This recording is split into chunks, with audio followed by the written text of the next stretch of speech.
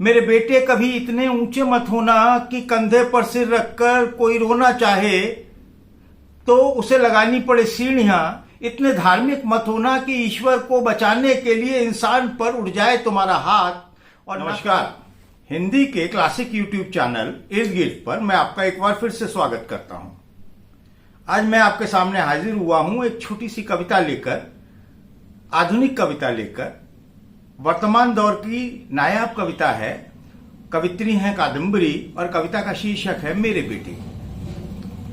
युवा कवित्री कादम्बरी की कविता मेरे बेटे वर्तमान दौर की एक जरूरी कविता है। आज इस नायाब कविता की जरूरत हर मां को है, हर बेटे को है, समाज को है और देश को भी। इस कविता में भावी पीढ़ी के लिए कई सूत्रवाक्य भी मौजूद हैं। ये संपूर्ण मानव जाति के उत्थान के प्रयास में कही गई एक नायाब कविता है, महत्वपूर्ण कविता है।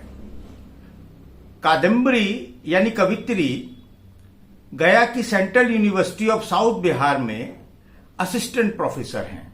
आइए सुनते हैं उनकी कविता मेरे बेटे। मेरे बेटे कभी इतने ऊंचे मत होना कि कंधे पर सिर रखकर कोई रोना चाहे तो उसे लगानी पड़े सीढ़ियां।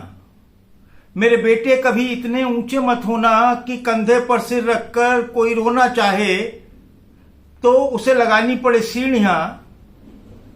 न कभी इतने बुद्धिजीवी कि मेहनत कशों के रंग से अलग हो जाए तुम्हारा रंग। इतने इज्जतदार भी ना होना कि मुंह के बल गिरो तो आंखें चुरा कर उठो, और ना ही इतने तमीजदार ही कि बड़े लोगों की नाफरमानी ना कर सको।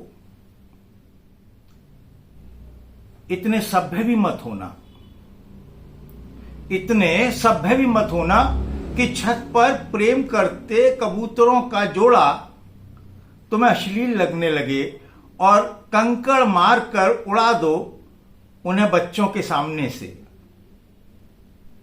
ना इतने सुथरे ही होना, ना इतने सुथरे ही होना कि मेहनत से कमाए गए कॉलर का मैल छिपाते फिरो महफिल में, कि मेहनत से कमाए गए कॉलर का मैल छिपाते फिरो महफिल में।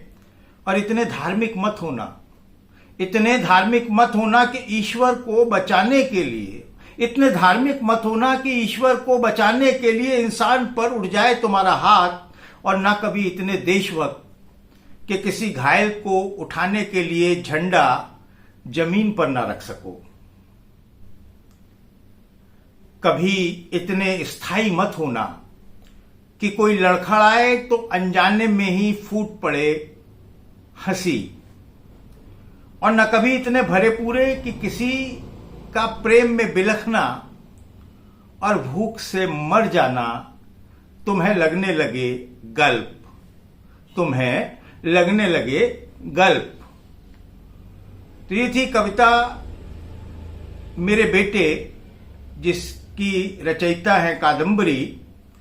कैसी लगी आपको हमें बताइएगा और आपकी टिप्पणियों का हमें इंतजार रहता है। अगर मेरी प्रस्तुति ना पसंद आई हो तो डिसलाइक कीजिएगा, 2 बार डिसलाइक कीजिएगा, और पसंद आई हो तो लाइक कीजिएगा। हम फिर इसी तरह आपके सामने किसी दिन उपस्थित होंगे, कोई कविता, कोई गजल, कोई नज्म या किसी कहानी के साथ।